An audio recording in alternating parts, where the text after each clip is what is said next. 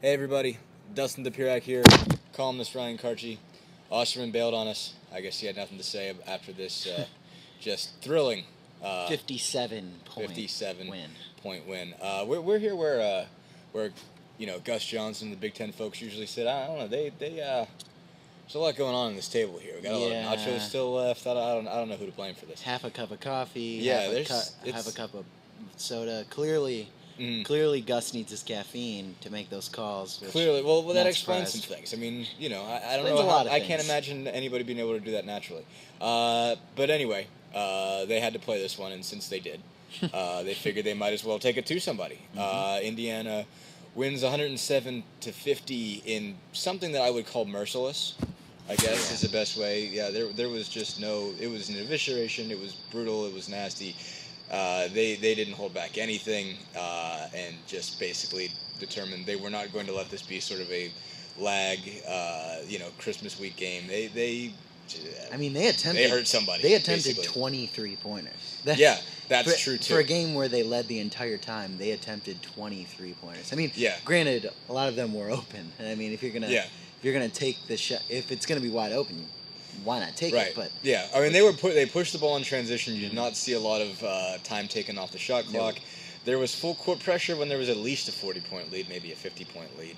I mean, they really just, until the last minutes, I think about 7 minutes is when you started to see, I guess, what I would call the second team, with like Remy Abel, Austin Etherton, Matt Roth, Derek Elston, Tom Pritchard. They had a 40-point lead at that point. Yeah, exactly. I mean, it was exactly. So I mean, there are some who might say, okay, is this fair? Is this wrong? Is this running it up? Maybe not. I guess what you did see was, and I think this could be of some value. What they tried to do, I think what Tom Crean tried to do is make sure that his guys remained with it and locked in by changing defenses. They ran a lot of zone 2-3, 1-3-1.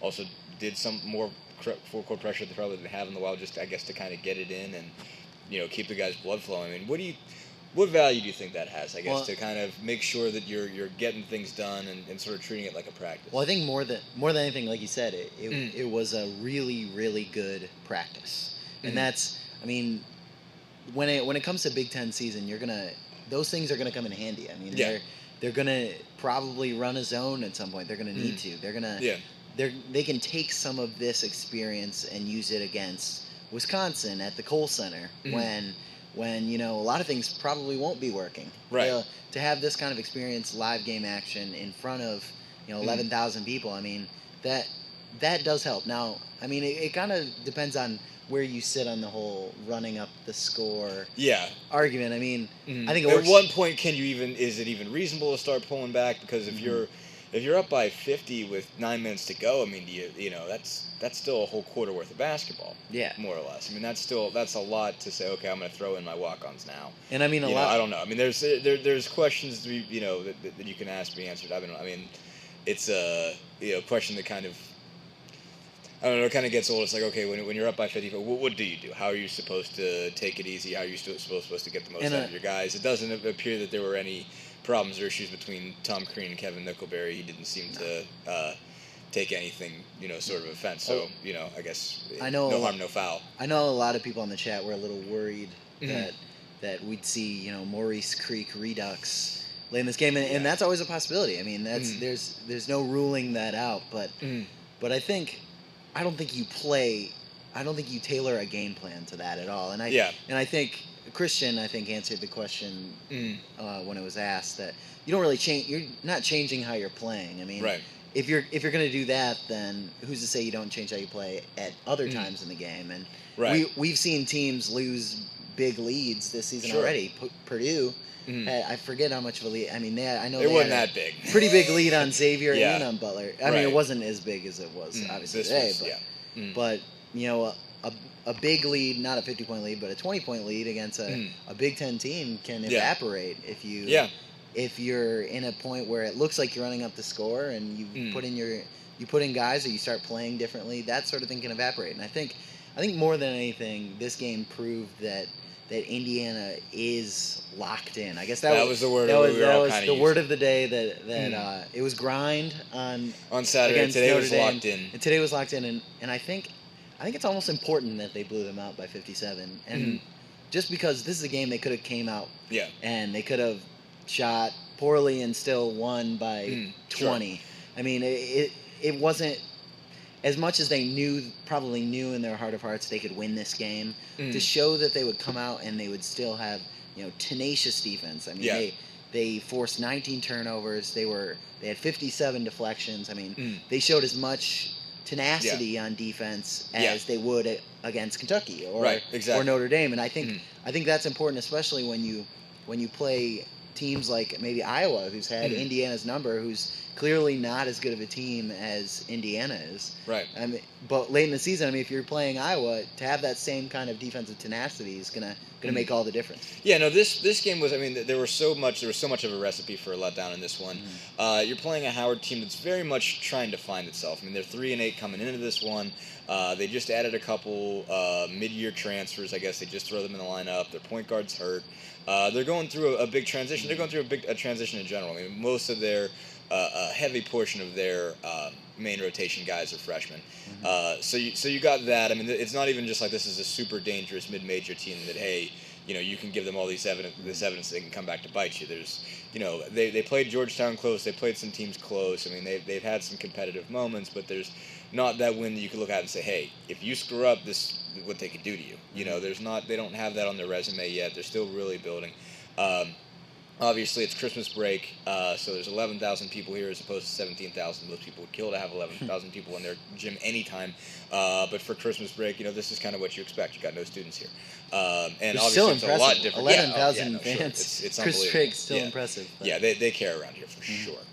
But, they so you got that, and obviously the fact that it's not just that there were a lot of empty seats, it was the fact that they were just the last time they were here, it was packed beyond belief, and everybody was on the floor, and it was just mayhem. So there was all these kind of like changes, and not only that, you went from even Kentucky to Notre Dame, where you even had 19,000 people there at Conseco Fieldhouse. It's a big, huge, atmosphere with 4 different fan bases, and it's Notre Dame. I mean, like, not that Notre Dame is a huge basketball power, but it's still a team you got to get up for.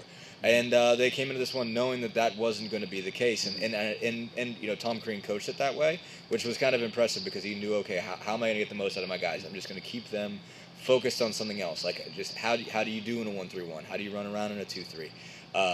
Where are you supposed to be? And he yelled from start to finish. He did. And there was no letting up for him. Yeah, he was not chilling on the bench and letting somebody else take it, or just kind of taking it easy. He was attacking, and he put different guys in different situations. He did have a lot of people, leave the starters in for a while, but made Remy Abel play a lot.